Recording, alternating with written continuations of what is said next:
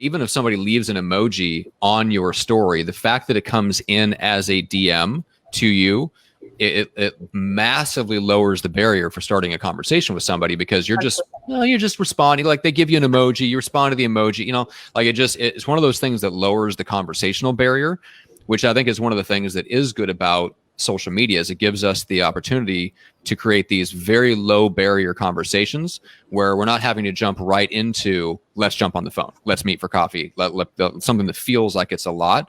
So we can have all these really small, tiny little touch points with people, and some of those will turn into the real conversations that actually get clients. And that's, to me, that's one of the most interesting things about stories, is the fact that if you take advantage of it, like you said, you move it over into DMs, that's where all the action goes down. And I think that's where a lot of people probably miss the boat on Instagram, is thinking, I'm going to put out content and somebody's going to pick up the phone and call me and say, hey, come on over, I want to talk about putting my home on the market.